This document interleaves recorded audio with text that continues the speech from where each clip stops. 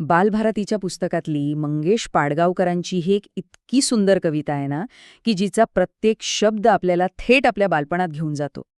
ही कविता म्हणजे दुसरं तिसरं काही नाही, तर आपल्या बालपणीच्या त्या सगळ्या आठवणी आहेत ना, त्या आठवणींचा खजिना उघडणारी एक किल्लीच आहे. चला तर मग, या कवितेच्या शब्दांतून ते सोनेरी क्षण पुन्हा एकदा जगूया. व चला, आपण सगळे मिळून या कवितेच्या गोडव्यामध्ये हरवून जाऊया. सादर करतोय झुलेबाई झुला. झुलेबाई झुला, माझा झुलेबाई झुला, सकाळच्या उन्हात ह्या झोके घेऊ चला.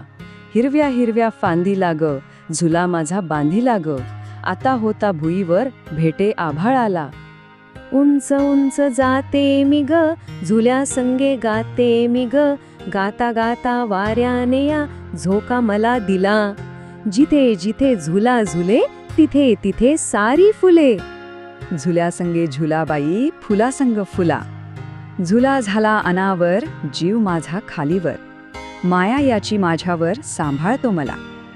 झुला माझा पाखरू ग, वाऱ्याचे लेखरू ग, एक झोका मला आणि एक झोका तुला, झुलेबाई झुला, माझा झुलेबाई झुला.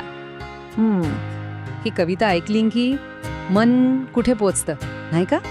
थेट त्या बालपणीच्या झोक्यावर. मला तर लगेच डोळ्यासमोर येतं ते मोठं वडाचं झाड आणि त्याच्या पारंब्यांना बांधलेला तो आपला झोका. आठवते का ते? ते मोठं वडाचं झाड, त्याला बांधलेला तो दोरीचा, कधी कधी तर आईच्या जुन्या साडीचा झोका, आणि आई किंवा आजीनं मागून दिलेला तो हलकासा धक्का. आठवतात का त्या उन्हाळ्याच्या लांब सुट्ट्या, आपलं गाव, ते मोठं अंगण आणि तो कधीही न संपणारा मोकळा वेळ. खरंय, त्या झोक्यावर झुलताना असं वाटायचं की आपलं जग किती छोटंसं आणि किती सुखी आहे. ही कविता म्हणजे त्याच निरागस क्षणांची एक गोड आठवण आहे. तर या झाल्या माझ्या आठवणी, पण मला खात्री आहे ही कविता ऐकताना मनात जुन्या आठवणी नक्कीच जाग्या झाल्या असतील. मग आता त्या आठवणींबद्दल बोलूया. तर मग सांगा, ही कविता ऐकताना आपला तो झोका आठवला का? तो झोका कसा होता, कुठल्या झाडाला बांधला होता? आपल्या बालपणाची ही खास आठवण कमेंटमध्ये नक्की सांगा. आपण सगळे मिळून त्या वाचूया आणि पुन्हा एकदा ते दिवस जगूया. अशाच अनेक बालपणीच्या गोड आठवणी पुन्हा जगण्यासाठी आमच्यासोबत जोडलेले रहा. आणि हो, बालभारती रिवाइंडला सबस्क्राईब करायला विसरू नका.